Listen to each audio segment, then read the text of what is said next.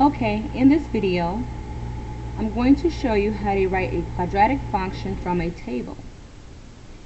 Below is a table that we will use to write a quadratic equation.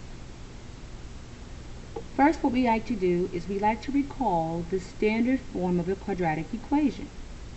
Standard form is written as ax squared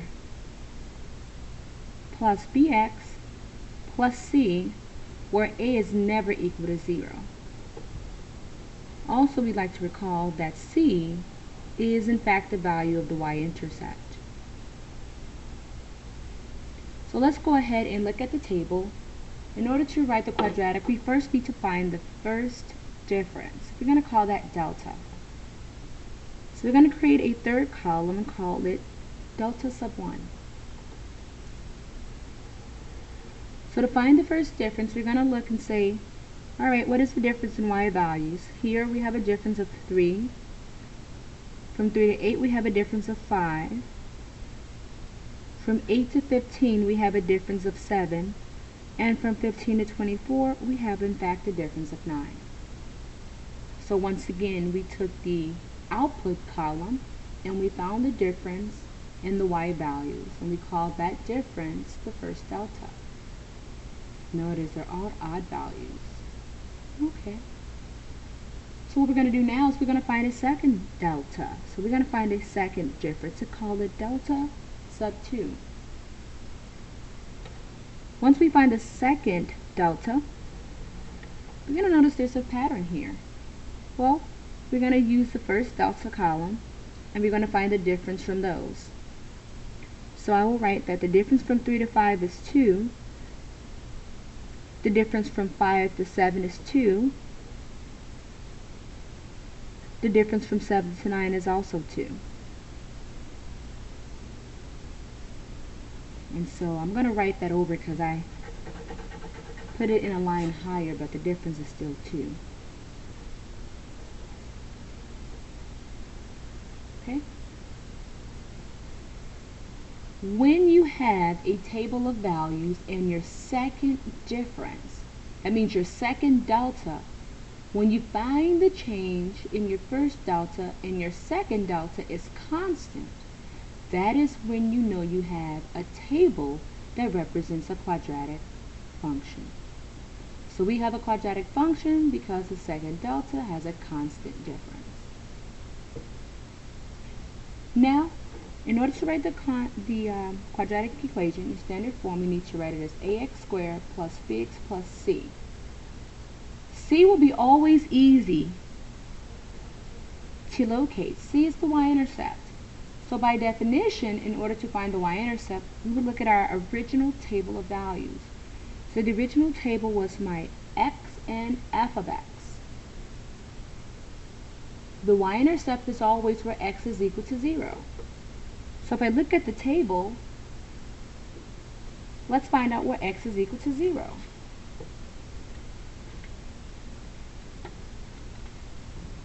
X is equal to 0 here, where the output is also 0. So my y-intercept is 0. So we know we will not have a y-intercept. If you want to just document, you can, but you really don't need to put 0. So we know that c is 0. Now we need to find our ax squared.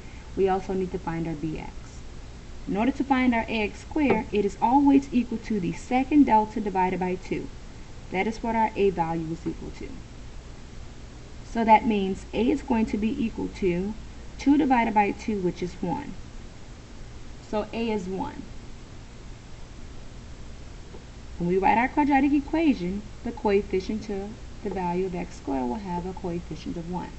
And again, our y-intercept is just simply 0, and that's from the value in the table where x is 0. Lastly, let's find our bx. In order to find our bx, we're going to need to take the function itself, all the output values. We're going to subtract it from our value of ax squared. So you can kind of imagine if I was to subtract ax squared from both sides, I'm going to take my finger and hide it for a second. What do you notice left? bx plus c. Kind of reminds you of mx plus b, right? Yeah, that's a linear function. So basically we're trying to find the linear part to this quadratic. So let's go ahead and subtract the ax squares from the output values, which is in our table. So I'm going to create another fifth column. I'm going to label it as f of x minus ax squared. F of x is equal to 0 in the first row. You're going to subtract it from ax squared. Remember, a is a value of 1, and x is 0 because we're finding in the first row. First value is 0. We're going to square it. Now it's just using order of operation. If we use order of operation, we're going to have 0 minus 0, which is 0. Now we're going to do the same thing with the second, third, and the remaining of the table. So I'm going to go ahead and write those values in.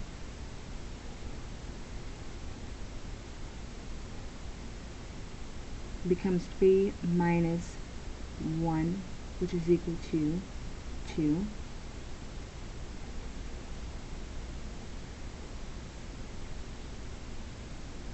Excuse me. Should be a 3 there. Be very careful. You want to make sure that it corresponds, excuse me, it should be 2. You want to make sure that corresponds with the value in the second row. So again, these should be the x values, 0, 1, and now 2. Okay? So 8, so that's equal to minus 4. So now we have 4. Again, f of x is going to be the output value. So we have 15 minus 1 times 3 squared. It becomes 15 minus 9. Okay, so all we have to do is the math. 15 minus 9 is 6. And lastly, we're going to have 24 minus 1 times 4 squared, which is equal to 24 minus 16. That gives us 8. So now if you notice, 0, 2, 4, 6, and 8. Those are my values from subtracting the outputs from my ax squared. If you probably paid attention, you'll discover that, yeah, that's a difference of 2. So what I can do is draw another column. This is going to be our 6th column. And you're going to find the difference of the f of x minus ax squared. So what you can do is you can say the delta of f of x minus ax squared. Again, delta's just change. I'm going to go ahead and zoom in on that so you can see that a little closer.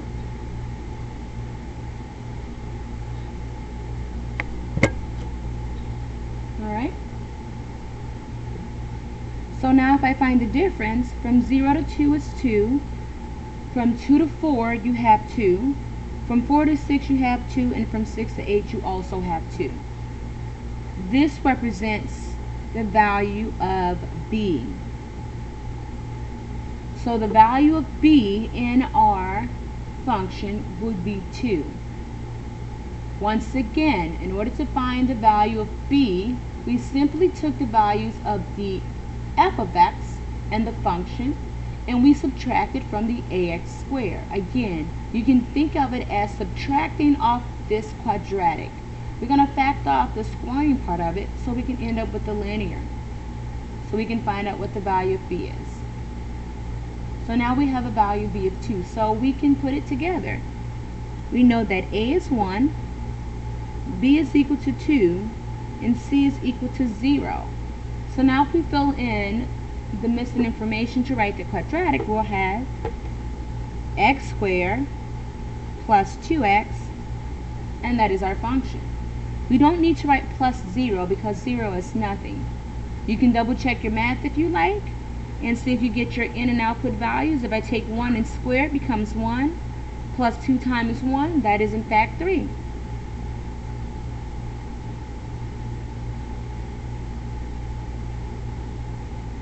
This is how we write a quadratic function from a table.